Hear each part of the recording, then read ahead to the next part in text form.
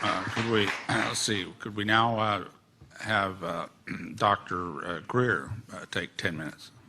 Thank you very much. I appreciate being here again. I would like to open with sort of a historical overview of advanced technologies that began in the late 1800s with the breakthroughs with Maxwell and also Faraday.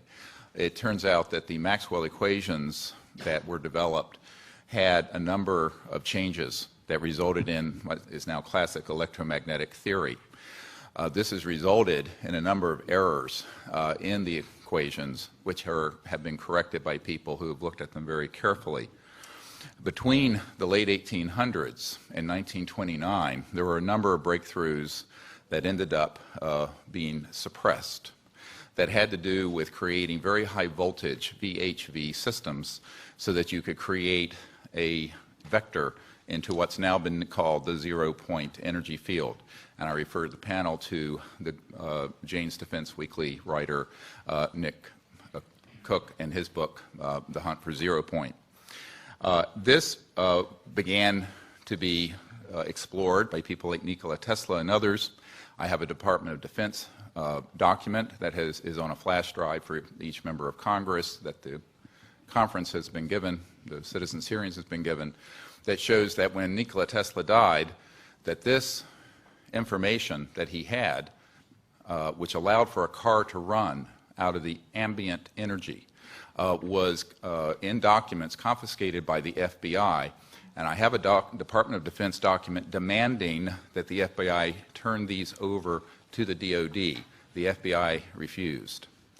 At any rate, science continues because the laws of the universe are in fact universal, and they can be discovered here or around Alpha Centauri or any place else in the cosmos.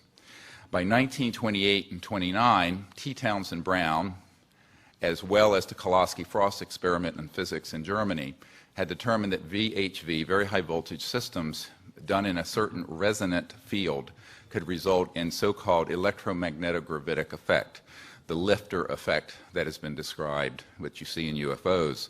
They also can create what's called a space-time bubble around an object so that you can correct for 1G. This is how these objects are traveling at multiples of what any aerodynamic physics would describe and can make right-hand turns without killing the occupants. Around this same time, there was, in the 1940s and the late 1930s, a number of UFO sightings. This included the so-called Foo Fighters. Yes, it's a famous rock group. However, the Foo Fighters took their name from the reports of these objects seen in the theater of World War II that were flying around our aircraft. We thought it was a secret weapon of the Nazis. The Nazis thought it was a secret weapon of ours. There was Jimmy Doolittle, the famous general. His nephew is a dear friend of mine, and he has testified that General Doolittle was sent by FDR over to the European theater in World War II, investigated the Foo Fighters, and came back and told Roosevelt, and I quote, "They are interplanetary vehicles." So by then, there began a classified program, and which was augmented further by events, as mentioned, in 1941, and then, of course, the famous Roswell event.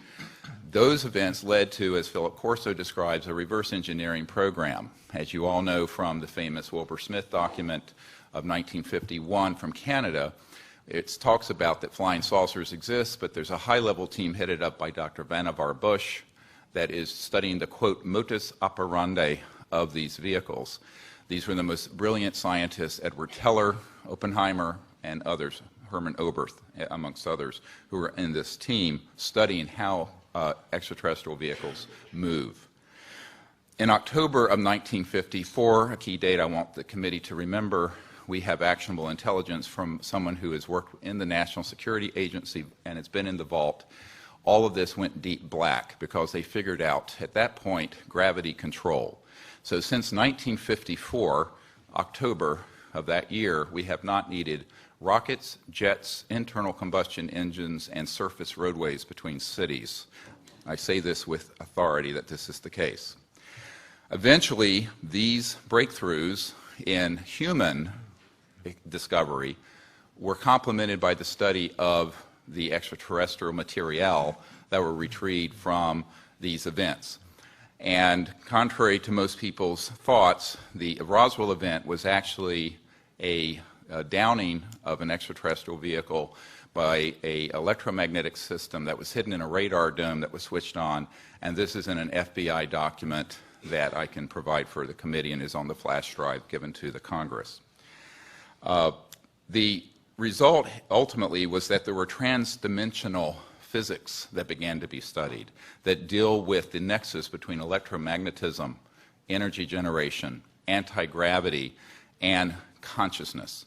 And we have discovered that there is a nexus and that, in fact, there are electromagnetic systems that have been developed that can interface directly with what we call coherent thought, the same way that you can interface with a system with lasers, which is coherent light, where you sync up all the wavelengths. Ultimately, these breakthroughs were paralleled with amazing developments in the biological sciences and the experimentation with cloning. And this began many years earlier than was reported from Dolly the sheep in Scotland. This goes a little beyond, I think, what this committee wants to look into. However, you need to understand that the technologies that we have, and we were discussing, are not theoretical. We have actionable intelligence that any committee in Congress or executive action can find regarding current operations. And I just want to go through a list of them very quickly of these facilities and corporations for which we have witnesses who can be subpoenaed by the committees of the Congress. This was developed at the request of Congressman Christopher Cox of Orange County, with whom I met, and was later further developed for the briefing that we put together for President Obama. These facilities are the Edwards Air Force Base and subsections where at the dry lake bed where the Lockheed Skunk Works operations, Haystack Butte, China Lakes, George Air Force Base, and the closed Norton Air Force Base, where an anti-gravity device, so-called alien reproduction vehicle, for which we have the schematics, was seen by Frank Carlucci and others on our witness team.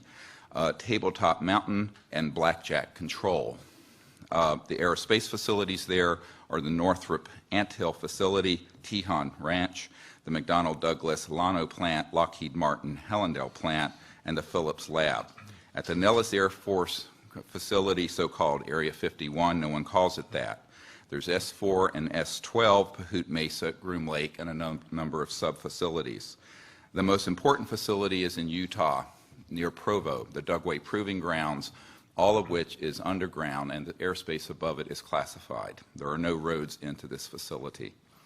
The New Mexico facilities include Los Alamos National Labs with underground connectors to the so-called Dulce area where the biological work is being done, and Kirtland Air Force Base. And the complex there includes Sandia National Laboratories, Phillips Labs, Manzano Mountain Weapons Storage Facility, Coyote Canyon, and the White Sands Complex.